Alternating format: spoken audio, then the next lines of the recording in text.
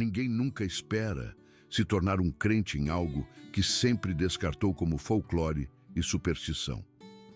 Crescendo na paisagem expansiva e previsível dos subúrbios de Massachusetts, um mundo definido por shoppings de beira de estrada e loteamentos com casas todas iguais, eu ouvi muitas histórias sobre criaturas misteriosas que espreitavam nas densas e antigas florestas da New England. Eram contos sussurrados ao redor de fogueiras em acampamentos de verão. Histórias sobre feras enormes e bípedes que se moviam silenciosamente pelos pinheirais, deixando para trás nada além de pegadas gigantes e não identificáveis e galhos quebrados a uma altura impossível do chão. Meus amigos e eu ríamos dessas histórias. Fazíamos piadas sobre as fotografias borradas e sem foco tiradas por pessoas com as mãos trêmulas, sobre indivíduos que afirmavam ter visto coisas impossíveis na mata, mas que de alguma forma nunca conseguiam capturar uma única prova clara e verificável. Eu sempre fui o cético do grupo, aquele que pacientemente explicava cada som estranho na floresta com explicações racionais baseadas em biologia e física. Aquele pio de coruja que soava quase humano, quase como alguém gritando por socorro, apenas uma coruja barrada com um padrão vocal incomum, uma variação comum, nada de sobrenatural nisso. Aquelas pegadas enormes na lama que pareciam grandes demais para pertencer a qualquer animal conhecido. Obviamente um urso negro, as pegadas distorcidas e ampliadas pela chuva e pela erosão, um simples truque de luz e sombra. Os galhos quebrados a mais de 2 metros do chão, que o folclore local atribuía a marcadores territoriais deixados por gigantes da floresta. Dano do vento, nada mais. Ou talvez um urso particularmente grande se esticando para alcançar uma colmeia ou marcar seu território, perfeitamente explicável dentro dos parâmetros conhecidos do mundo natural. Eu atribuía tudo isso a uma imaginação hiperativa e há muito tempo na natureza, fazendo as pessoas verem coisas que não estavam lá.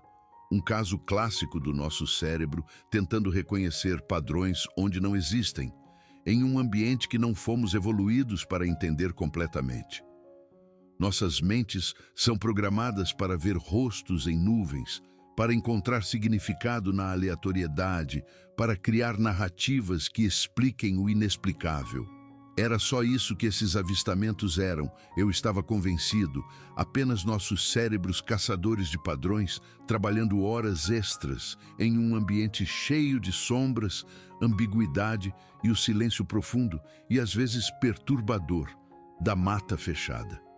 Esse ceticismo, essa certeza absoluta na impossibilidade dessas lendas. Essa confiança inabalável na minha visão de mundo racional e científica durou até a primavera passada. Algo aconteceu nas profundezas da floresta do norte do Maine que alterou fundamentalmente minha compreensão do que é possível neste mundo, que destruiu minha certeza confortável e a substituiu por uma mistura desconcertante de admiração e confusão. O que estou prestes a compartilhar com vocês não é embelezado para efeito dramático ou entretenimento ficcional. Não estou tentando vender um livro para vocês ou convencê-los de alguma agenda alternativa. Cada detalhe é exatamente como ocorreu, sem exagero, sem licença poética. E mesmo que quase 10 meses tenham se passado desde aquele primeiro encontro, eu ainda me pego às vezes acordado à noite, olhando para as vigas de madeira rústica do meu teto, questionando se tudo foi real, se eu realmente vivenciei o que me lembro de ter vivenciado. Mas a evidência está lá, inegável e constante, me lembrando diariamente que o mundo é mais estranho e misterioso do que eu jamais imaginei, que existem coisas andando por esta terra que a ciência não catalogou, criaturas que existem nos vastos e inexplorados pontos cegos do conhecimento humano. Depois que meu casamento desmoronou há 3 anos, uma dissolução que foi ao mesmo tempo inevitável e totalmente devastadora, Eu precisei escapar da familiaridade sufocante da vida na cidade. Eu precisava fugir do apartamento onde cada canto guardava um fantasma, cada objeto uma memória de tempos melhores. Tinha que me afastar dos amigos bem-intencionados que não sabiam se ofereciam compaixão ou evitavam o assunto completamente. O constrangimento deles, um lembrete constante do meu fracasso. Tinha que me libertar da rotina que antes proporcionava conforto, mas agora parecia uma prisão, cada dia uma réplica perfeita do anterior. Minha avó era dona de um pequeno e rústico chalé de caça no interior do Maine, uma propriedade que ela herdou de seu pai, que o construiu nos anos 40 como um lugar para escapar da civilização e caçar veados de cauda branca pelas vibrantes florestas de outono. O chalé fica a cerca de 88 quilômetros da cidade mais próxima, se é que se pode chamar de cidade um aglomerado de 300 pessoas, uma única mercearia e um posto dos Correios. Quando minha avó morreu, ela deixou a propriedade para mim, provavelmente imaginando que eu era o único na família louco ou desesperado o suficiente para realmente usar o lugar, para apreciar o que ela sempre chamou de a bênção da verdadeira solidão. Meus irmãos não queriam saber daquilo. Viam como um poço de dinheiro no meio do nada e sugeriram que o vendêssemos para algum incorporador que o transformaria em um resort de caça de luxo para turistas ricos. Mas eu não podia deixar isso acontecer.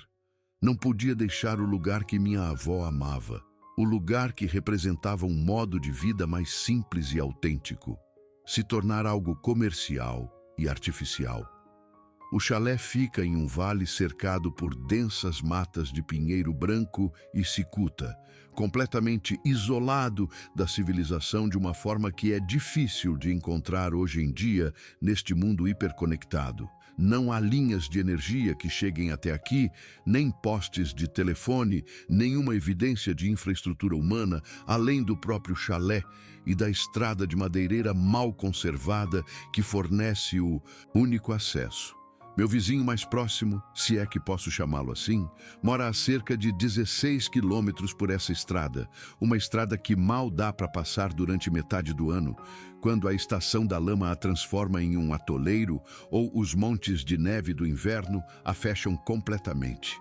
Ele é um senhor mais velho chamado Frank, que é na dele e respeita quem também é, o que o torna um vizinho perfeito, na minha opinião. Nós acenamos quando passamos um pelo outro na cidade a cada poucas semanas, trocamos algumas palavras sobre o tempo e a vida selvagem. E essa é toda a nossa interação. O isolamento era exatamente o que eu precisava quando me mudei para cá permanentemente. Eu ansiava por silêncio, por espaço, pela ausência de complicação e drama humano. Na cidade, eu estava cercado por milhões de pessoas, mas me sentia totalmente sozinho. Aqui, de fato sozinho, eu paradoxalmente me sentia mais conectado a algo, embora não pudesse ter articulado o que era esse algo na época. O chalé em si é modesto em todos os sentidos, essencialmente um único cômodo grande com um mezanino para dormir, acessado por uma escada íngreme e rangente. A área da cozinha é pouco mais que um fogão de acampamento a gás propano e uma pia com uma bomba manual que puxa água gelada e rica em ferro de um poço profundo. Uma enorme lareira de pedra, construída com pedras de rio retiradas do riacho próximo, fornece o único aquecimento durante os invernos brutais do Maine. Quando as temperaturas caem regularmente abaixo de zero e a neve se acumula em montes mais altos que um homem. Os proprietários anteriores, meu bisavô e depois minha avó, fizeram pequenas adições e modificações ao longo das décadas, mas a estrutura principal permaneceu simples e funcional. Não há sinal de celular aqui, nenhuma conexão com a internet, exceto por um sistema de satélite que eu poderia ter instalado, mas optei por não fazer. Há apenas o sussurro constante do vento por entre as árvores e o ocasional e assombroso chamado de um mergulhão vindo do lago, a 5 quilômetros ao norte. À noite, o silêncio é tão profundo que é quase opressivo se você não está acostumado, um peso físico nos seus tímpanos, quebrado apenas pelos sons de animais noturnos, cuidando de suas vidas. O pio das corujas, o uivo de coiotes distantes, o farfalhar de criaturas menores na vegetação rasteira. Eu ganho a vida com uma combinação de bicos na cidade quando preciso de dinheiro para suprimentos que não consigo produzir. Coisas como farinha, café e combustível para o gerador que ligo por algumas horas todos os dias. E wildcrafting. Wildcrafting é um termo chique para a colheita de plantas, cogumelos e outros materiais da floresta para vender a fornecedores de ervas e distribuidores de alimentos especiais que descobriram que há um mercado lucrativo para produtos autênticos e colhidos na natureza. Minha avó me ensinou essa habilidade quando eu era jovem, me levando em longas caminhadas pela mata durante as férias de verão. Ela me mostrou quais plantas tinham valor, seja como alimento ou remédio, quais cogumelos eram seguros para comer e quais te matariam ou te fariam desejar estar morto. Ela me ensinou a ler os sinais sutis que indicavam onde ervas raras poderiam crescer. A combinação específica de tipo de solo, exposição ao sol e nível de umidade que criava as condições ideais para várias espécies. Ela me testava constantemente, apontando para uma planta e pedindo para eu identificá-la, descrever suas propriedades, explicar quando e como colhê-la de forma sustentável. Na época, eu pensava que era apenas uma avó compartilhando seus hobbies com seu neto favorito, uma maneira de passar o tempo durante os longos e lentos dias de verão. Nunca imaginei que isso se tornaria minha principal fonte de renda décadas depois. Depois que me mudei para o chalé permanentemente, aquela educação da infância se tornou minha base econômica. Algumas semanas, eu passava 5 ou 6 dias na floresta, caminhando quilômetros com minhas sacolas de coleta e guias de campo, juntando o que a estação oferecia. A floresta opera em seu próprio calendário e cada semana traz novas oportunidades. Alho poró selvagem, ou ramps, no início da primavera, seu aroma pungente e almiscarado enchendo o ar quando você encontra uma boa área, vendidos a preços premium para restaurantes de luxo em Portland e Boston, brotos de samambaia no final de abril, cada um cuidadosamente colhido antes de se desenrolar em uma samambaia completa, delicados e deliciosos, quando preparados corretamente. Inúmeras variedades de cogumelos durante o verão e o outono, desde os comuns chanterelles até o raro e premiado Hen of the Woods, cada um exigindo conhecimento específico sobre identificação e práticas de colheita sustentável. Raízes e cascas medicinais o ano todo, coisas como raiz de ginseng e casca de olmo vermelho, que alcançavam preços altos de herbalistas e fornecedores de medicina natural. O trabalho me mantinha alimentado e me dava um senso de propósito, uma razão para estar na floresta todos os dias, prestando atenção às mudanças sutis no ecossistema. A forma como certas plantas respondiam à chuva ou às mudanças de temperatura, a intrincada teia de relações entre todos os seres vivos. O dia em que tudo mudou foi no final de abril. Era aquele momento perfeito e fugaz em que o inverno finalmente solta seu aperto de ferro, mas antes que as moscas negras surjam para tornar a mata insuportável para os humanos, aquelas poucas semanas preciosas em que a floresta é mais acessível e bonita. As bétulas estavam apenas começando a brotar, seus galhos nus agora ostentando aquele tom particular de verde amarelado vibrante, quase elétrico, que sinaliza novo crescimento. O chão da floresta estava coberto de flores silvestres da primavera, trilhos, jacintos do bosque e beldades da primavera, criando um delicado mosaico de branco e roxo contra a terra escura e úmida.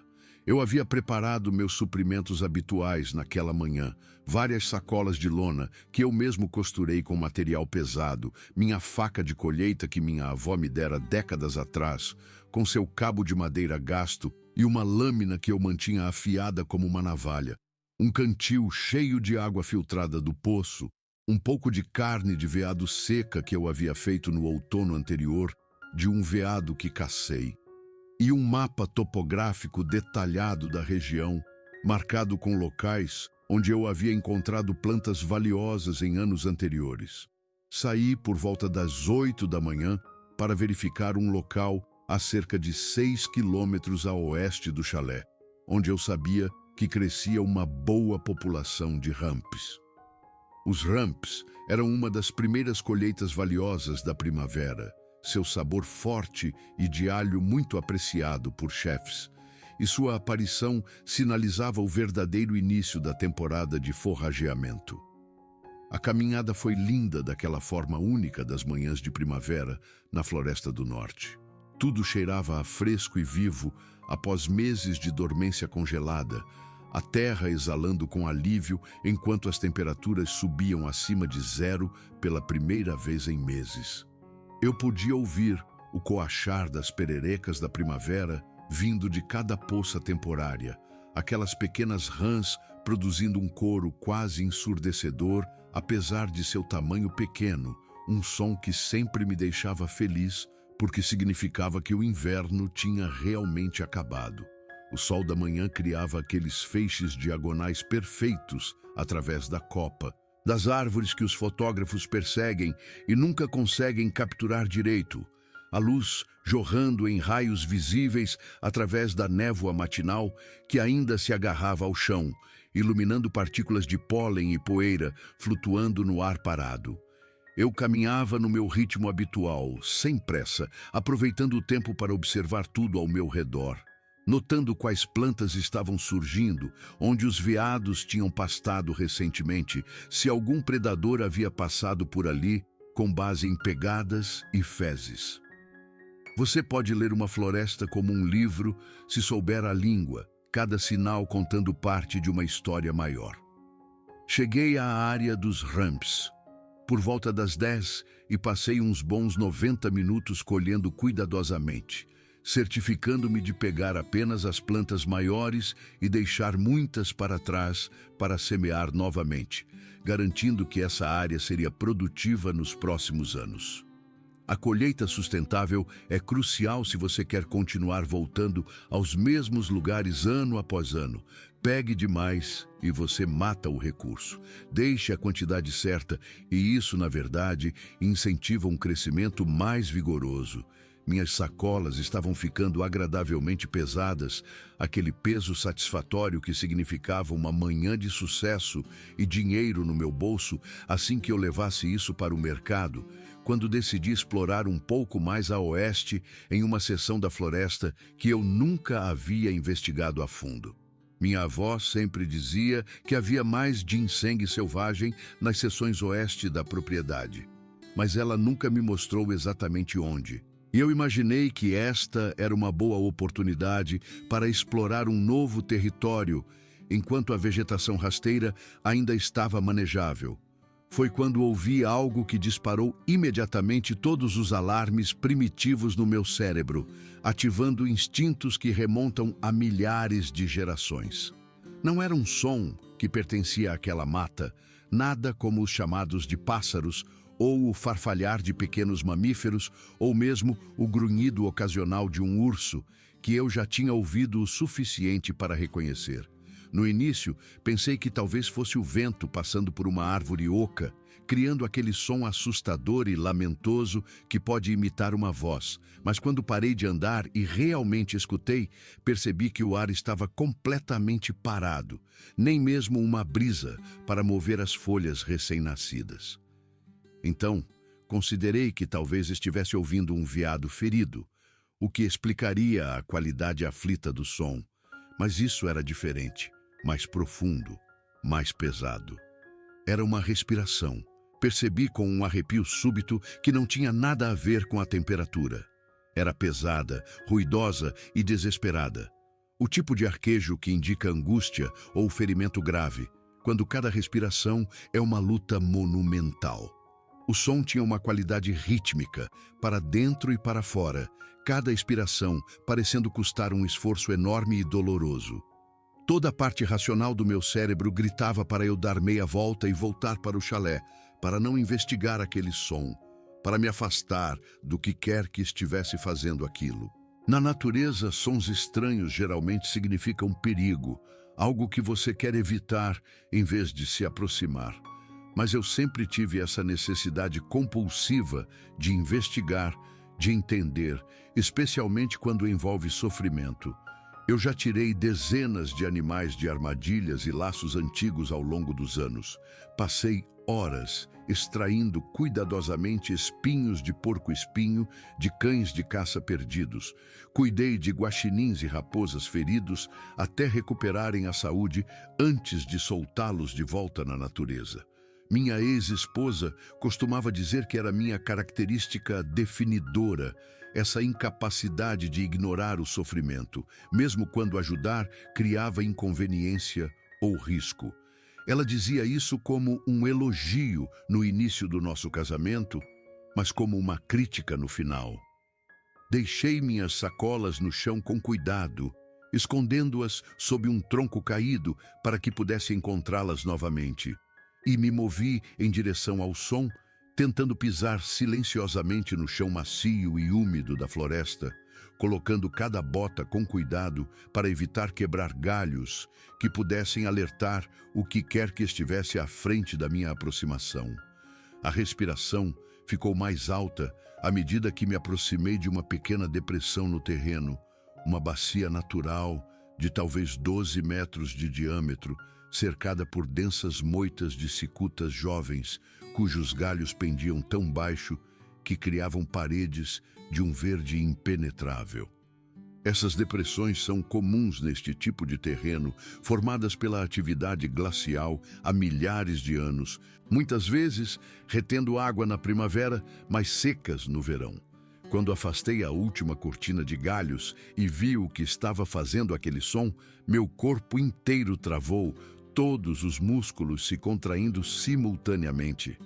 Por vários segundos, talvez mais, o tempo pareceu parar completamente enquanto eu literalmente não conseguia processar a informação que meus olhos estavam enviando para o meu cérebro. Minha mente continuava rejeitando o que eu estava vendo, tentando reinterpretar como algo que fizesse sentido, algo que se encaixasse na minha compreensão do que era possível. A criatura era enorme, facilmente uns 9 pés de altura, mesmo deitada como estava, apoiada contra uma rocha maciça na beira da depressão. Estava completamente coberta por um pelo grosso que parecia quase marrom avermelhado na luz salpicada do sol que se filtrava pelas cicutas, longo e um tanto emaranhado, especialmente ao redor do tronco e dos membros, onde parecia ter acumulado sujeira e detritos da floresta. Mas o que me impressionou mais fortemente, o que fez meu cérebro finalmente aceitar que eu estava vendo algo real e não alucinando, foi o quão humanas eram as proporções. O tronco era largo e musculoso, mas reconhecidamente humano em sua estrutura, com ombros claramente definidos e um peito que subia e descia com aquela respiração ofegante. Os braços eram longos, mas não grotescamente, proporcionais como os de um humano, mas em uma escala maior, terminando em mãos que eram claramente mãos, não patas, com dedos distintos e polegares opositores. As pernas eram igualmente humanas em sua estrutura básica, embora maciçamente musculosas. O rosto era algo entre humano e primata, com uma arcada superciliar proeminente que lançava sombras profundas sobre os olhos, um nariz chato com narinas dilatadas e uma boca que parecia capaz de muito mais expressão do que qualquer animal normal. Lábios que podiam se franzir ou se retrair, capazes de movimentos sutis. Os olhos da criatura foram o que realmente me pegou, o que fez o choque inicial dar lugar a outra coisa, algo mais complexo do que simples medo. Eram grandes e escuros, quase pretos, mas com uma inteligência inconfundível e penetrante por trás deles. Aqueles não eram os olhos de um animal operando por puro instinto. Eram olhos que pensavam, que avaliavam, que entendiam. E mais do que inteligência, eu vi emoção naqueles olhos. Uma dor que era física e imediata. Uma exaustão que ia até os ossos e o medo cru da morte que se aproximava inexoravelmente. A criatura estava me observando com aqueles olhos, e eu podia ver o cálculo acontecendo em tempo real. A avaliação se eu representava uma ameaça da qual precisava fugir, ou possivelmente, desesperadamente, outra coisa, algum tipo de ajuda. Nós nos encaramos pelo que pareceu uma eternidade, mas provavelmente foram apenas 20 ou 30 segundos. Durante aquele momento congelado, notei mais detalhes que meu cérebro catalogou automaticamente, mesmo enquanto o resto de mim permanecia paralisado. A perna direita da criatura estava estendida em um ângulo não natural, dobrada de uma forma que as pernas não deveriam dobrar, claramente muito quebrada. O pelo ao redor da parte inferior da perna era mais escuro que o resto, emaranhado com o que devia ser sangue seco, encrostado e marrom. Havia um inchaço visível mesmo através do pelo grosso, uma protuberância significativa onde o osso havia quebrado e se deslocado. A respiração da criatura era ofegante, seu peito subindo e descendo com um esforço óbvio, e eu podia ver o contorno de sua caixa torácica aparecendo através do pelo, costelas individuais visíveis de uma forma que indicava desnutrição grave, provavelmente semanas de alimentação insuficiente. Esta criatura, o que quer que fosse, estava morrendo, definhando nesta depressão escondida, onde ninguém jamais a encontraria. A criatura emitiu um som então, e é esse som que às vezes ouço em meus sonhos, que assombra meus momentos mais silenciosos. Não era agressivo ou ameaçador, nada como o rugido que se esperaria de um grande predador. Era algo mais próximo a um gemido, uma vocalização de dor e desespero que comunicava sofrimento de uma forma que transcendia as espécies. O som tinha camadas, uma complexidade que indicava profundidade emocional, não apenas angústia física, mas angústia psicológica, uma consciência de sua própria mortalidade. Ela tentou mudar de posição, provavelmente para aliviar a pressão na perna ferida, ou talvez apenas para ficar mais confortável, e eu vi o estremecimento visível, o tremor que percorreu toda a sua estrutura maciça, músculos se contraindo em resposta à dor lancinante. Naquele instante, todo o meu medo evaporou completamente, substituído por algo mais poderoso, uma empatia que sobrepujou todos os instintos de sobrevivência. Isso não era um monstro ou uma ameaça.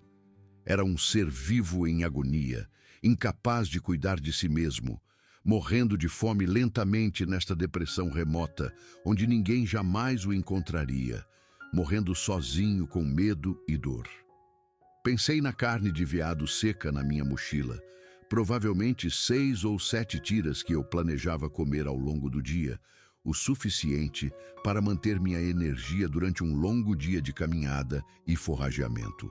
Movendo-me muito lenta e deliberadamente, mantendo meus olhos na criatura o tempo todo, sinalizando cada movimento para não assustá-la, enfiei a mão na minha mochila e tirei uma tira de carne de veado. A reação da criatura foi imediata e poderosa. Suas narinas se dilataram dramaticamente, sua cabeça se erguendo ligeiramente de onde estava apoiada contra a rocha, e eu vi os músculos de seu pescoço se contraírem com o esforço de manter aquela posição. Ela podia sentir o cheiro da comida, e a intensidade de sua resposta me disse tudo o que eu precisava saber sobre o quão faminta essa criatura estava. Há quanto tempo não comia nada substancial. Peguei um pedaço de carne de veado e o joguei gentilmente. Não diretamente em direção à criatura, mas a meio caminho entre nós, querendo oferecer a comida sem parecer ameaçador ou agressivo. A tira caiu em um pedaço de musgo a cerca de 4 metros de onde a criatura estava deitada. Aqueles olhos escuros seguiram a comida, fixaram-se nela com uma intensidade que era quase dolorosa de testemunhar, o tipo de foco laser que vem do verdadeiro desespero. Então, ela estendeu uma daquelas mãos maciças, os dedos se esticando em direção à carne, e eu tive minha primeira visão clara do apêndice de perto. A mão era enorme, provavelmente 3 vezes o tamanho da minha, com almofadas grossas e coriáceas na palma e nas pontas dos dedos que pareciam ter sido desgastadas por décadas de contato com superfícies ásperas. Os dedos eram mais longos que os dedos humanos, mais parecidos com os de um primata, com articulações que pareciam permitir uma flexibilidade excepcional. As unhas pareciam mais osso endurecido do que queratina, grossas e amareladas, com sujeira encrostada sob cada uma. A criatura agarrou a carne de veado com aqueles dedos enormes e a levou à boca, praticamente inalando a tira, mal mastigando antes de engolir, sua garganta trabalhando enquanto a comida descia. Eu vi algo em seus olhos, então, que poderia ter sido satisfação ou alívio. Um breve momento em que a dor física pareceu recuar ligeiramente diante de finalmente ter comida. Joguei outro pedaço, este caindo um pouco mais perto de onde a criatura estava. Ela o agarrou com a mesma rapidez, enfiando-o na boca com aquela mesma fome desesperada que falava de semanas ou possivelmente meses de nutrição insuficiente. A respiração ainda estava ofegante, ainda parecia dolorosa e difícil, mas houve uma mudança sutil na qualidade, como se a promessa de comida, a esperança de sobrevivência, estivesse proporcionando algum pequeno conforto ou alívio do desespero. Joguei um terceiro pedaço, depois um quarto, observando enquanto a criatura devorava cada tira. A cada pedaço, eu dava um pequeno passo à frente, diminuindo gradualmente a distância entre nós, testando se ela toleraria minha aproximação ou se a proximidade desencadearia um comportamento defensivo.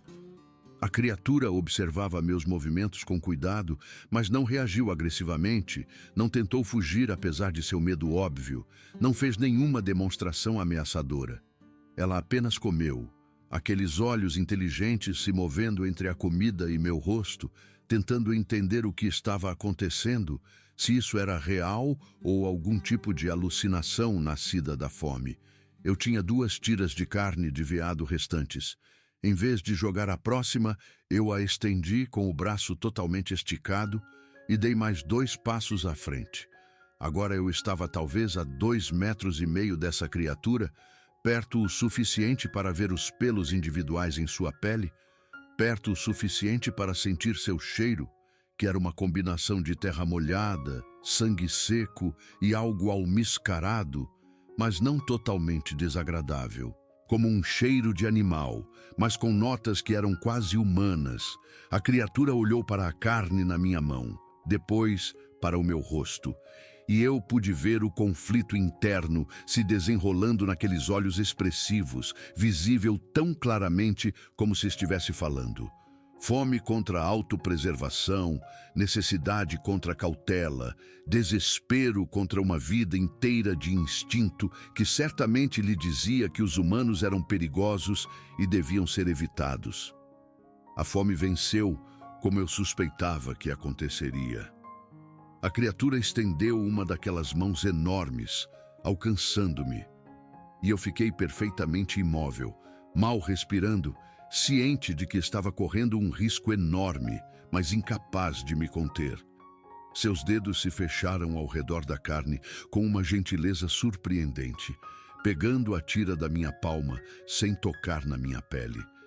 E eu vi que aquela gentileza era deliberada, controlada, indicando habilidades motoras finas e uma consciência de sua própria força imensa.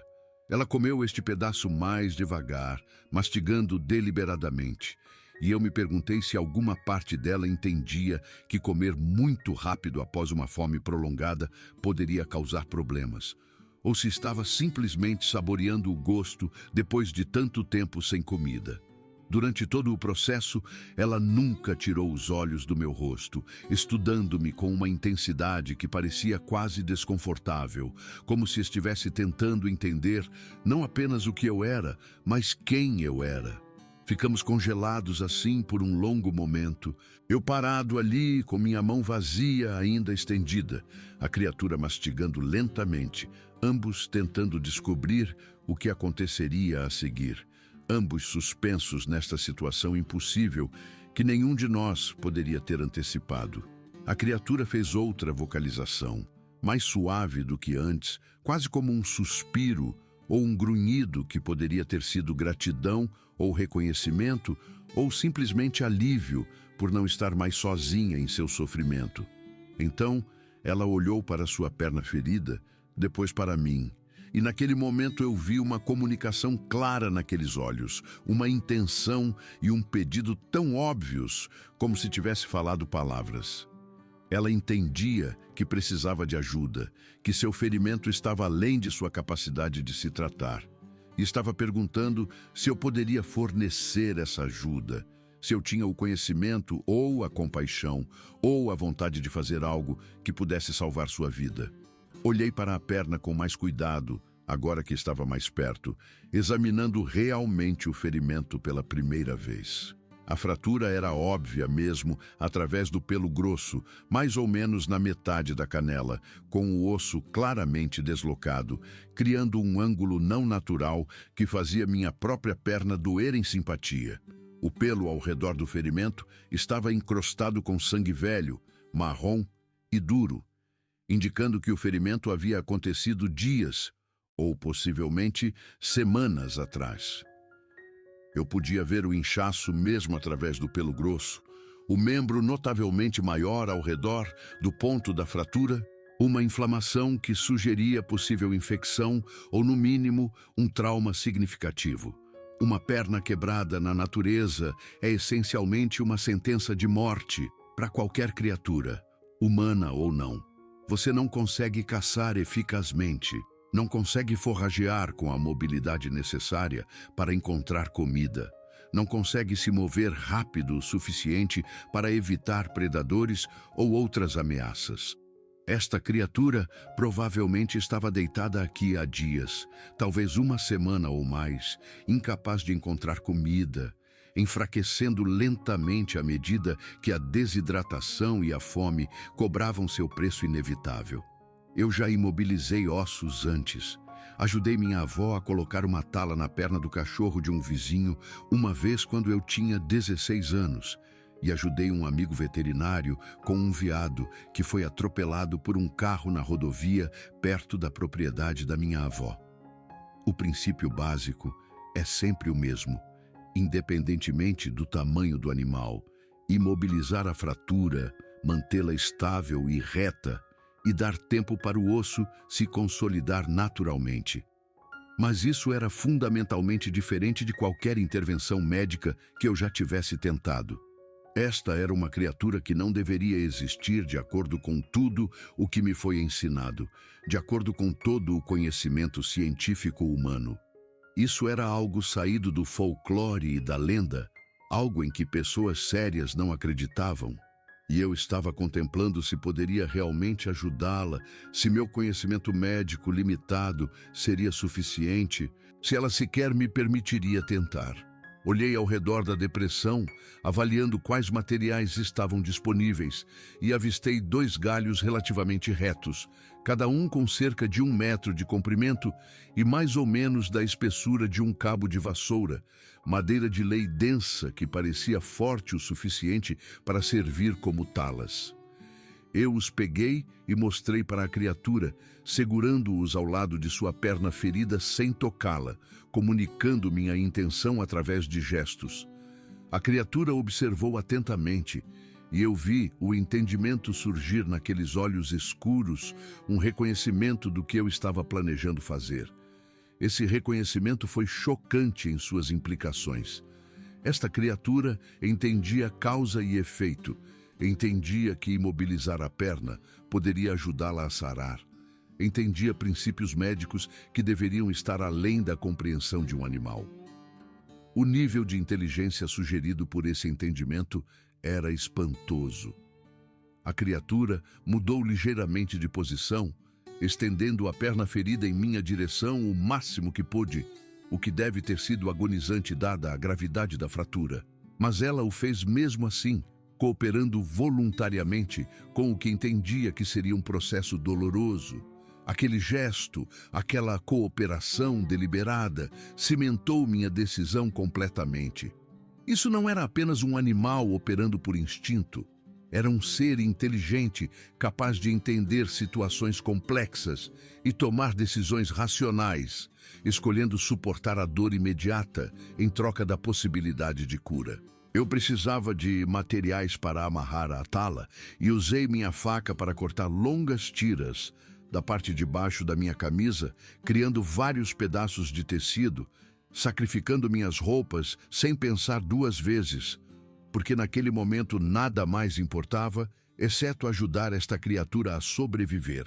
Ajoelhei-me ao lado daquela perna maciça, minhas mãos realmente tremendo, em parte pela adrenalina e em parte pela enormidade do que eu estava tentando, e comecei o processo de colocar o osso no lugar. A criatura fez sons durante isso, gemidos baixos e choramingos que partiam meu coração, vocalizações de dor que eram perturbadoramente semelhantes aos sons humanos de sofrimento. Mas ela não se afastou ou tentou me impedir. Não atacou apesar da agonia óbvia, mantendo aquela cooperação mesmo enquanto eu manipulava o membro ferido, mesmo quando lágrimas se formaram em seus olhos escuros por causa da dor. Posicionei os 2 galhos de cada lado da fratura, alinhando-os o mais cuidadosamente que pude. E então comecei a enrolar as tiras de tecido ao redor deles, amarrando a tala o mais apertado que ousei, sem cortar a circulação, certificando-me de que o osso estava reto e imobilizado. Todo o processo levou talvez 15 minutos, embora parecesse muito mais longo, e no final o suor escorria pelo meu rosto apesar do ar fresco da primavera, encharcando o que restava da minha camisa e pingando nos meus olhos. Quando terminei, sentei-me sobre os calcanhares e examinei meu trabalho, tentando avaliar se aguentaria, se eu tinha feito o suficiente. Não estava perfeito de forma alguma. Não era o tipo de intervenção médica profissional que este ferimento merecia, mas estava sólido. A tala mantinha a perna estável, evitaria mais danos à fratura e daria ao osso a chance de sarar naturalmente se a criatura conseguisse nutrição suficiente para apoiar o processo de cura. A criatura olhou para sua perna por um longo momento, movendo-a ligeiramente para testar a tala. Depois olhou para mim e fez um som que era inconfundivelmente grato, uma vocalização complexa que parecia transmitir múltiplas emoções simultaneamente: alívio, gratidão e algo mais que eu não conseguia identificar. Então, ela me surpreendeu completamente ao estender uma daquelas mãos enormes e gentilmente, muito gentilmente, tocar meu ombro. O contato durou apenas um segundo, mal o suficiente para registrar o calor de sua palma através da minha camisa. Mas o significado era absolutamente claro, apesar da ausência de uma linguagem compartilhada. Obrigado. Você me salvou. Tenho uma dívida com você. Levantei-me, meus joelhos estalando depois de ficar ajoelhado por tanto tempo no chão duro, e percebi que tinha acabado de usar toda a minha comida para alimentar esta criatura. Eu tinha uma caminhada de 6 quilômetros de volta ao chalé sem nada para comer, mas de alguma forma isso não me incomodou nem um pouco. O que me incomodava, o que eu não conseguia parar de pensar, era deixar esta criatura aqui, ainda vulnerável, ainda incapaz de caçar ou forragear eficazmente, mesmo com a perna imobilizada. A recuperação levaria semanas, no mínimo, possivelmente meses, dependendo da gravidade da fratura e se alguma complicação se desenvolvesse. Durante todo esse tempo, ela precisaria de comida, água e possivelmente ajuda com outras necessidades básicas. Eu não podia simplesmente ir embora e esperar pelo melhor. Eu tinha começado esta intervenção e agora eu tinha a responsabilidade de levá-la até o fim. Tomei uma decisão que provavelmente pareceria insana para qualquer outra pessoa, que seria impossível de explicar para minha ex-esposa ou meus amigos, ou qualquer pessoa da minha vida anterior. Levantei um dedo em um gesto universal de espere. Depois apontei para mim mesmo e, em seguida, na direção do meu chalé, tentando comunicar através de gestos o que não podia dizer com palavras. Espere aqui. Vou voltar com mais suprimentos. Não desista. A criatura me observou, sua cabeça ligeiramente inclinada, no que poderia ter sido curiosidade ou confusão. E eu vi compreensão em sua expressão, um entendimento que transcendia a ausência de uma linguagem compartilhada. Ela sabia que eu estava saindo temporariamente, mas que voltaria. Aquele entendimento, aquela capacidade de compreender conceitos temporais complexos, como intenção futura, era mais uma evidência de sua cognição sofisticada. Juntei minhas sacolas de ramps, a colheita mundana que tinha sido meu foco total apenas 1 hora atrás, mas que agora parecia trivial e sem importância, e comecei a caminhada de volta ao chalé, minha mente a 1000 por hora o tempo todo, pensamentos se atropelando em nenhuma ordem particular. O que eu tinha acabado de fazer? O que era aquela criatura? O Bigfoot deveria ser um mito, uma lenda, algo que não existia de verdade fora de fotografias borradas, relatos de testemunhas questionáveis e programas de televisão noturnos sobre fenômenos inexplicáveis. O consenso científico era claro. Não havia evidências convincentes da existência de grandes hominídeos não descobertos na América do Norte. Nem ossos, nem fotografias nítidas, nem evidências de DNA que satisfizessem um escrutínio científico rigoroso. Todo suposto avistamento podia ser explicado como identificação incorreta de animais conhecidos, ou fraudes deliberadas, ou o pensamento positivo de pessoas que queriam acreditar em algo misterioso. Mas eu tinha acabado de tocar em um, alimentado um, imobilizado sua perna quebrada.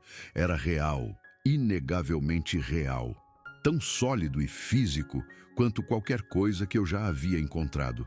E eu tinha acabado de formar algum tipo de vínculo com ele, um entendimento que parecia significativo, que parecia o começo de algo que eu não poderia prever ou controlar. De volta ao chalé, comecei imediatamente a preparar suprimentos, trabalhando com uma energia frenética, nascida da urgência e do propósito. Cozinhei uma panela enorme de arroz e feijão, usando a maior parte do meu arroz restante e todo o meu feijão seco, sem me importar com minha própria situação alimentar, porque isso era mais importante. Fiz uma dúzia de sanduíches de pasta de amendoim, grossos com proteína, e os embrulhei individualmente em papel manteiga. Peguei algumas maçãs e cenouras da minha adega, vegetais que eu havia armazenado do outono anterior, adicionando variedade às provisões. Enchi um cantil grande com água limpa do poço, sabendo que a hidratação seria crucial para a cura. Coloquei tudo em uma mochila grande, junto com um cobertor de lã pesado, alguns suprimentos básicos de primeiros socorros, incluindo antisséptico e bandagens, caso a tala causasse algum dano à pele, e uma lanterna, caso eu acabasse ficando mais tempo do que o planejado. Voltei a sair menos de 2 horas depois de retornar, a adrenalina me empurrando mais rápido do que eu normalmente caminho, praticamente correndo nos trechos mais planos da trilha, desesperado para voltar antes de escurecer, antes que a criatura pudesse pensar que eu a tinha abandonado. Fiz um bom tempo, apesar da mochila pesada, chegando de volta à depressão enquanto ainda havia boa luz. Quando passei pela cortina de cicutas para a clareira, a criatura ainda estava lá, ainda apoiada naquela rocha, na mesma posição. Sua cabeça se ergueu imediatamente quando eu apareci, e eu vi reconhecimento em seus olhos, seguido pelo que poderia ter sido alívio, ou felicidade, ou gratidão. Emoções passando por seu rosto de maneiras que pareciam distintamente de primata, distintamente humanas. Desembalei toda a comida que havia trazido e a espalhei na frente da criatura. Um banquete por qualquer padrão, certamente pelo padrão de alguém que não comia há semanas. Ela comeu com um pouco menos de desespero desta vez, realmente tirando um tempo para mastigar adequadamente, para saborear o que estava comendo. E eu vi prazer em sua expressão. Um prazer com os sabores depois de tanto tempo subsistindo com nada. Sentei-me a cerca de 2 metros de distância e observei. Naquela luz dourada do final da tarde que se filtrava pelas cicutas, tive a chance de realmente observar esta criatura em detalhes, sem a adrenalina e o choque que haviam nublado meu encontro inicial. Era definitivamente uma fêmea. Eu podia ver isso agora na estrutura do corpo. Os ombros ligeiramente mais estreitos em comparação com a largura do quadril, as diferentes proporções do comprimento dos membros em relação ao tronco, marcadores sutis que indicavam o gênero feminino de uma forma que transcendia as espécies. Ela era magnífica, de verdade, poderosa e selvagem, e completamente fora da categorização humana, não pertencendo a nenhuma taxonomia que eu já tivesse estudado, não se encaixando em nenhuma categoria científica arrumada. Seus movimentos eram graciosos, apesar da dor e da fraqueza óbvias, cada gesto econômico e proposital. Quando terminou de comer, ela fez um som de contentamento, um pio suave que parecia expressar satisfação. Depois olhou para mim com aqueles olhos inteligentes e vocalizou algo que soou quase como uma pergunta, uma entonação crescente no final. Eu não tinha ideia de como responder. Então apenas assenti e disse: "Você vai ficar bem. Eu vou te ajudar. Prometo que voltarei todos os dias até você se curar." Ela pareceu entender o tom, se não as palavras reais. Ela mudou de posição ligeiramente, estremecendo ao se mover, e eu vi como ela devia estar desconfortável, como era doloroso deitar no chão frio com nada além de folhas e musgo sob ela. Como o ferimento e a desnutrição haviam tornado cada movimento uma provação. Tirei o cobertor que havia trazido e, movendo-me lentamente para não assustá-la, o coloquei sobre seu tronco. Ela olhou para o cobertor, depois para mim, e fez outro som de gratidão, estendendo a mão para puxar o cobertor para mais perto, aconchegando-o em volta de si com aquelas mãos enormes. O gesto foi tão humano que foi surpreendente.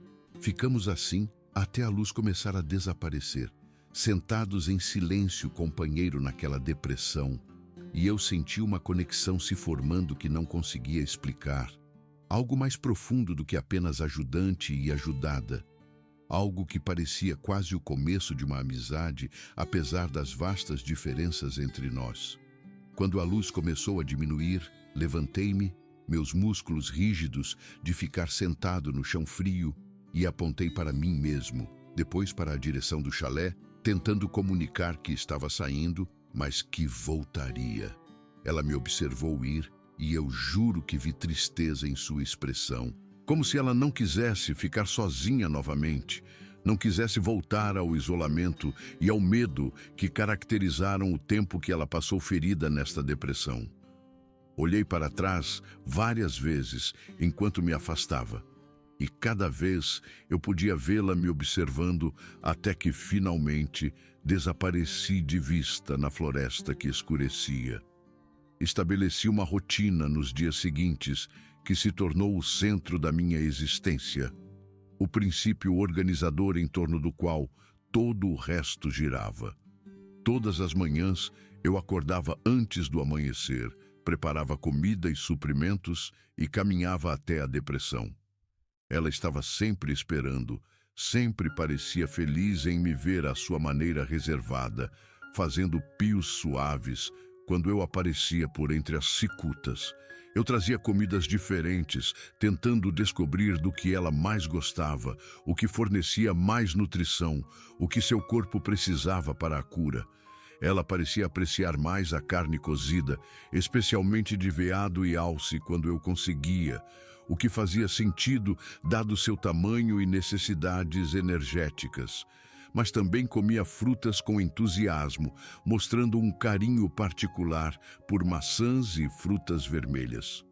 Ela ocasionalmente mordiscava as folhas verdes que eu trazia, folhas de dente de leão, jovens brotos de samambaia e alface selvagem, comendo-as com uma expressão que sugeria que as achava medicinais em vez de agradáveis, consumindo-as porque sabia que eram boas para ela, em vez de porque gostava do sabor.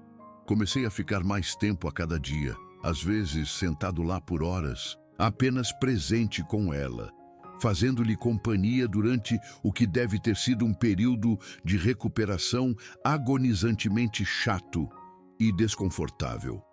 Desenvolvemos uma forma de comunicação que transcendia a linguagem, um sistema de gestos e vocalizações que permitia uma troca básica de significado. Ela grunhia de certas maneiras quando estava com dor, fazia sons mais suaves quando estava contente. Ela desenvolveu uma vocalização específica para estar com sede, um grunhido particular combinado com um gesto em direção à boca. Quando precisava mudar de posição ou queria ajuda para ajustar o cobertor ou a tala, ela olhava para mim e fazia um som de pedido, quase suplicante, e eu a ajudava a se mover ou a ajustar as coisas para aliviar seu desconforto. Aprendi a ler suas expressões, a entender quando ela precisava de água ou estava ficando desconfortável em uma posição, quando estava tendo um dia de dor particularmente ruim ou quando estava se sentindo relativamente bem. Após cerca de uma semana de visitas diárias, notei que ela estava tentando colocar peso na perna ferida, testando-a com cuidado, usando os braços para se erguer para uma posição mais vertical e, em seguida, tocando delicadamente o pé ferido no chão. A tala estava aguentando bem, fazendo exatamente o que deveria fazer. E embora ela claramente ainda sentisse dor significativa, havia uma melhora visível. O inchaço havia diminuído e ela se movia com um pouco mais de confiança. Eu verificava a tala todos os dias, desembrulhando cuidadosamente as amarras de tecido para examinar o local do ferimento, procurando por sinais de infecção ou outras complicações. A ferida estava cicatrizando de forma limpa, até onde eu podia ver, sem vermelhidão ou secreção ou outros sinais de alerta. Eu fiz cataplasmas de várias ervas que minha avó me ensinou que tinham propriedades anti-inflamatórias, esmagando folhas de tanchagem e milefólio e aplicando-as na área ao redor da fratura, envolvendo tudo de volta com cuidado. Ela tolerava esses cuidados com uma paciência notável, parecendo entender que eu estava tentando ajudar, ficando perfeitamente imóvel, mesmo quando o processo devia ser desconfortável ou doloroso. 2 semanas após o encontro inicial, ela conseguia ficar de pé com apoio, usando um galho grosso como muleta, erguendo-se pela primeira vez desde que a encontrei. Observei com espanto enquanto ela se erguia à sua altura total, elevando-se sobre mim por pelo menos 60 centímetros, talvez mais, sua cabeça quase no nível de galhos que eu não conseguia alcançar nem pulando. Ela era ainda mais imponente em pé, a massa e o poder de seu corpo óbvios, de uma forma que não eram quando estava deitada. Mas ela olhou para mim com aqueles olhos expressivos e fez um pio suave. E eu entendi que ela estava me mostrando seu progresso, demonstrando que minha ajuda estava funcionando, provando que a recuperação era possível. Senti uma onda absurda de orgulho e alívio, como um pai vendo o filho dar os primeiros passos. Na 3ª semana, ela estava dando passos hesitantes, ainda dependendo muito da muleta, mas genuinamente móvel, de uma forma que não era desde o ferimento. Ela andava pela depressão, testando a perna, fortalecendo os músculos que haviam atrofiado durante sua imobilidade, aumentando gradualmente a quantidade de peso que colocava no membro ferido. Na quarta semana, ela conseguia andar devagar sem a muleta, embora ainda tivesse um mancar pronunciado, favorecendo a perna ferida de uma forma que era óbvia, mas não mais debilitante. Ela estava se curando, realmente se curando, e eu senti uma sensação avassaladora de realização misturada com uma sensação iminente de perda. Foi por volta dessa época que percebi que ela não precisaria mais dos meus cuidados diários por muito tempo. Ela estava móvel o suficiente para forragear por conta própria, forte o suficiente para se defender, aproximando-se do ponto em que poderia retornar à sua vida normal. O pensamento me encheu de uma tristeza inesperada que me pegou de surpresa. Eu passei a esperar ansiosamente pelo nosso tempo juntos, pela estranha amizade que havíamos desenvolvido, por ter um propósito e uma conexão com outro ser, mesmo que esse ser não fosse humano. O isolamento que eu ansiava quando me mudei para o chalé agora parecia menos atraente, mais como solidão do que solitude. Mas eu sabia que ela precisava retornar à sua vida normal. Seja lá como fosse, para uma criatura como ela, precisava recuperar sua independência e liberdade, em vez de permanecer dependente da assistência humana. No que eu pensei que poderia ser um dos nossos últimos dias juntos, ela fez algo que me surpreendeu completamente. Ela se levantou com um propósito óbvio, gesticulou para que eu a seguisse com um claro movimento de chamado e começou a andar lentamente para fora da depressão. Peguei minha mochila e a segui, curioso para saber para onde ela estava me levando, animado com a perspectiva de ver mais do seu mundo. Ela me levou mais fundo na floresta, para lugares que eu nunca havia explorado, áreas que pareciam deliberadamente remotas e inacessíveis, movendo-se com mais confiança agora, apesar do mancar. Caminhamos por mais de 1 hora, movendo-nos por um terreno que se tornava progressivamente mais acidentado, e percebi que ela estava me mostrando seu território, compartilhando seu mundo comigo, me deixando entrar em partes da floresta que provavelmente nenhum humano jamais havia visto. Ela me mostrou a entrada de uma caverna escondida atrás de uma cachoeira que eu nunca teria encontrado sozinho. Uma abertura estreita na face da rocha escondida pela queda d'água e pela vegetação suspensa. Ela indicou um carvalho maciço com marcas de garras profundas no tronco, sulcos que se estendiam por 2 metros ou mais para cima. Marcas que eu entendi que serviam como algum tipo de marcador de fronteira ou sinal territorial. Ela me levou a um bosque, onde maçãs silvestres cresciam em abundância. A fruta pequena e azeda, mas abundante, claramente uma importante fonte de alimento.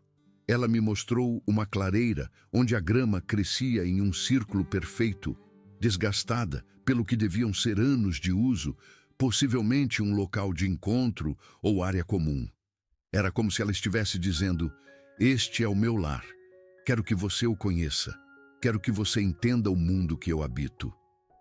Cada novo local parecia um presente, como se ela estivesse compartilhando conhecimento sagrado, confiando em mim informações que nenhum humano provavelmente jamais possuiu. Quando voltamos para a depressão, o sol estava se pondo, pintando tudo em tons de laranja e roxo que faziam a floresta parecer alienígena e mágica. Ela olhou para mim por um longo momento, seus olhos escuros fixos nos meus, e eu vi emoções complexas passando por seu rosto. Gratidão, afeto e algo que eu não conseguia identificar. Então ela estendeu a mão e tocou minha cabeça gentilmente, sua mão enorme cobrindo todo o meu crânio, mas sem aplicar pressão, apenas repousando ali no que pareceu uma bênção ou um reconhecimento. Então, ela fez um som que eu não tinha ouvido antes, uma vocalização complexa que parecia carregar camadas de significado que eu não conseguia entender completamente. Algo que englobava gratidão e amizade e adeus e promessa, tudo de uma vez. Um som que apertou meu peito de emoção. Entendi então que ela ia partir, retornar à sua vida normal, e que eu precisava deixá-la ir, precisava libertá-la deste arranjo incomum. Eu assenti, sentindo a emoção apertar minha garganta de uma forma que me envergonhou e disse: "Cuide-se, fique segura por aqui. Obrigado por confiar em mim." Ela piou uma vez, um som que eu aprendi que significava reconhecimento ou concordância. Virou-se e caminhou para a floresta que escurecia com aquele mancar ainda visível. Observei até não poder mais vê-la, até que as sombras a engoliram completamente. Então, juntei minhas coisas e caminhei de volta para o chalé no escuro, usando minha lanterna para navegar pela trilha familiar, sentindo uma estranha mistura de satisfação e perda. Orgulho pelo que eu havia realizado misturado com tristeza por este fim. Exceto que não foi um fim, descobri nas semanas seguintes. Foi uma transformação, uma mudança na natureza do nosso relacionamento, mas não um término. Eu encontrava presentes deixados na minha varanda pela manhã, oferendas que apareciam durante a noite enquanto eu dormia. Grandes galhos de lenha, cuidadosamente empilhados de uma forma que nenhum vento ou processo natural poderia explicar. Madeira seca que queimava de forma limpa e quente, economizando-me horas de trabalho. Uma pilha de cogumelos selvagens, variedades que eu reconheci como comestíveis e valiosas. Hen of the Woods e maitake, cuidadosamente arranjados em uma pedra chata. Uma vez, encontrei um pernil de veado, recém-abatido e habilmente esquartejado. A carne ainda quente, mais proteína do que eu poderia comer em uma semana. Eu sabia que eram dela, sinais de agradecimento, sua maneira de retribuir o cuidado que eu havia demonstrado, mantendo nossa conexão através de uma troca de presentes. Às vezes, eu a vislumbrava na floresta durante minhas viagens de forrageamento, embora ela nunca se aproximasse diretamente. Eu via movimento na periferia da minha visão. A avistava me observando a uma distância de 100 metros ou mais, sempre garantindo que eu estivesse seguro, mas respeitando meu espaço, mantendo os limites apropriados ao nosso relacionamento incomum. Uma vez, eu a vi seguindo uma crista acima de mim enquanto eu caminhava por um vale, sua forma silhuetada contra o céu, claramente rastreando o meu progresso, certificando-se de que eu não encontrasse problemas. O conhecimento de que ela estava lá fora, cuidando de mim, fazia a floresta parecer menos vazia, menos ameaçadora, transformando a solidão potencial em uma solitude confortável. As estações mudaram com seu ritmo inexorável. O verão chegou com seu calor e umidade, trazendo moscas negras e mosquitos que tornavam a mata temporariamente insuportável. Depois, desvaneceu-se em um outono espetacular, quando os bordos e carvalhos explodiram em cores tão vibrantes que quase doíam os olhos. Continuei meu trabalho de forrageamento, continuei minha vida solitária no chalé, mas eu estava sempre ciente de sua presença de uma forma que era reconfortante em vez de perturbadora.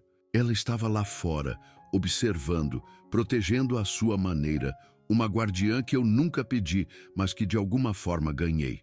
Uma vez, durante uma tempestade particularmente violenta, o tipo de tempestade que faz a floresta inteira parecer tremer, com o vento uivando por entre as árvores e raios caindo perto o suficiente para que eu pudesse sentir o cheiro do ozônio, ouvi algo pesado se movendo na varanda.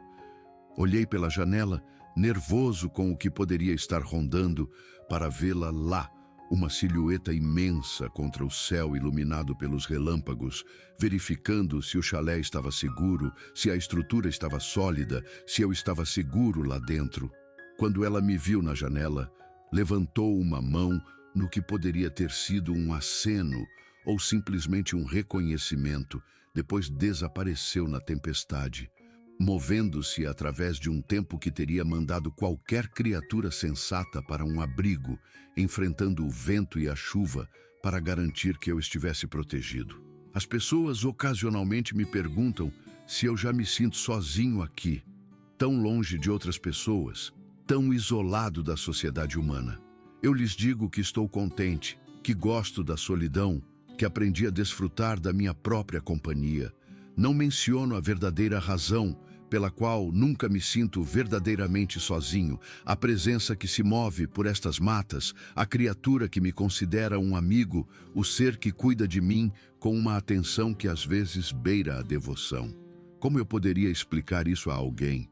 Eles pensariam que eu perdi o juízo, que o isolamento me deixou delirante, que eu estava inventando histórias para lidar com a solidão. Mas eu sei o que vivenciei. Eu sei o que continua a acontecer. Na semana passada mesmo, eu estava caminhando em uma área que não costumo explorar, a quilômetros do chalé, no lado leste da propriedade da minha avó, onde o terreno fica rochoso e difícil. Eu não estava exatamente perdido, mas tinha me aventurado mais longe do que pretendia, me empolguei seguindo um trecho particularmente produtivo de raízes medicinais e não tinha certeza absoluta da melhor rota de volta. O sol estava se pondo no horizonte e eu estava começando a me preocupar em navegar no escuro. Foi quando a vi parada em uma crista a cerca de 50 metros à frente, me observando. Quando ela me viu, começou a se mover em uma direção específica, claramente querendo que eu a seguisse. Eu a segui, confiando nela completamente, e ela me guiou por uma rota sinuosa através de um terreno que eu não reconhecia, pegando caminhos que eram claramente escolhidos para serem os mais fáceis, em vez dos mais diretos. Depois de cerca de 30 minutos, emergimos em uma estrada de madeireira que eu conhecia bem, uma que me levaria diretamente de volta ao chalé. Ela me guiou para casa. Ela piou 2 vezes, nosso sinal de despedida habitual, e se dissolveu de volta nas árvores, antes que eu pudesse agradecê-la adequadamente. Eu deixo comida para ela às vezes agora, não por obrigação, mas como presentes entre amigos. Pão fresco quando eu faço. Peixe defumado do lago, mel de um apicultor local com quem faço trocas. Ela sempre pega o que eu deixo e sempre deixa algo em troca, mantendo a reciprocidade que caracteriza nosso relacionamento. Pedras incomuns, com cores ou padrões interessantes. Penas de pássaros que nunca vi nestas matas. Uma vez ela deixou um pedaço de madeira esculpida, moldado em um oval liso que se encaixava perfeitamente na minha palma, sua superfície desgastada e sedosa, evidência de paciência e habilidade. Essas trocas são nossa linguagem agora, nossa maneira de manter o vínculo que formamos. Já se passaram quase 10 meses desde que a encontrei naquela depressão, quebrada e faminta. 10 meses desde que fiz a escolha de ajudar em vez de fugir. Olhando para trás, não consigo imaginar ter tomado qualquer outra decisão. Sim, foi aterrorizante. Sim, desafiou tudo o que eu pensava que sabia. Mas também se tornou uma das experiências mais profundas da minha vida. O tipo de experiência que redefine sua compreensão do que é possível, do que é real, do que importa. Eu ajudei a salvá-la e, em troca, ela se tornou algo que eu nunca antecipei. Uma guardiã, uma companheira, uma amiga que existe fora dos limites normais da experiência humana. Não sei por quanto tempo este arranjo continuará. Talvez, eventualmente, ela encontre outros de sua espécie. Talvez um dia eu a procure e ela simplesmente tenha ido embora. Mas não acho que esse dia esteja chegando em breve. Os sinais de seu envolvimento contínuo estão por toda parte, se você souber como olhar. Pegadas na lama depois de uma chuva mostrando que ela verificou o chalé, galhos quebrados arranjados em padrões que aprendi a reconhecer. O som ocasional na noite que eu sei que é sua voz anunciando sua presença. Ela ainda está aqui, ainda cuidando de mim, ainda retribuindo o cuidado que lhe mostrei naquele momento desesperado. Ela me ensinou algo importante. O mundo é mais estranho e maravilhoso do que nossas estruturas científicas admitem. E eu aprendi que a bondade transcende as espécies, que a compaixão não requer uma linguagem compartilhada. O simples ato de ajudar outra criatura em necessidade desesperada pode criar conexões que desafiam a explicação racional. Ontem, descobri uma nova área de chantereles perto do riacho. Enquanto eu os colhia cuidadosamente, ouvi um som familiar vindo das árvores atrás de mim, aquele chamado de pio distinto que passei a conhecer melhor do que qualquer voz humana. Virei-me para vê-la parada na beira da clareira, me observando trabalhar. Ela acenou com a cabeça em direção à minha sacola, depois em direção a uma seção da floresta que eu ainda não havia explorado. Eu entendi imediatamente. Ela estava indicando que havia mais chantereles naquela direção, compartilhando seu conhecimento, ajudando-me a ter sucesso. Forrageamos juntos naquela tarde, trabalhando em um silêncio confortável. Seu olho para cogumelos é incrível, localizando-os em lugares pelos quais eu teria passado direto. Minhas sacolas estavam transbordando quando o sol começou a se pôr. Ela me ajudou a carregar tudo de volta para o chalé, e na beira da clareira, ela pousou sua carga, fez nosso som de despedida e se foi. Esta é a minha vida agora, e eu a abraço por completo. Um homem em um chalé de caça na natureza do Maine e um Bigfoot na floresta circundante, unidos por uma perna quebrada e um ato de compaixão. Não é a vida que eu planejei, mas é a vida que eu tenho, e eu não mudaria uma única coisa. Ela veio a mim faminta e quebrada, e eu a ajudei. Agora ela me ajuda, cuida de mim, compartilha seu mundo. É simples quando você remove toda a complexidade, dois seres vivos reconhecendo a vulnerabilidade um no outro e escolhendo responder com cuidado em vez de medo. Essa é a minha história, a verdade da minha vida nestas remotas matas do Maine. Acredite ou rejeite, a escolha é sua. Mas aconteceu exatamente como descrevi. E em algum lugar lá fora, nessas florestas agora mesmo, enquanto você ouve estas palavras, há uma criatura com pelo marrom avermelhado e um leve mancar na perna direita, carregando memórias do humano que salvou sua vida, assim como eu carrego memórias da criatura que transformou a minha. A evidência de sua existência está ao meu redor, tecida na trama da minha vida diária. Ela é real, está aqui e é minha amiga. Essa é a simples verdade, e nada jamais me convencerá do contrário. Eu sei o que vivenciei. Eu sei o que continua a acontecer. E esse conhecimento, essa certeza, essa evidência diária do impossível é a coisa mais valiosa que possuo.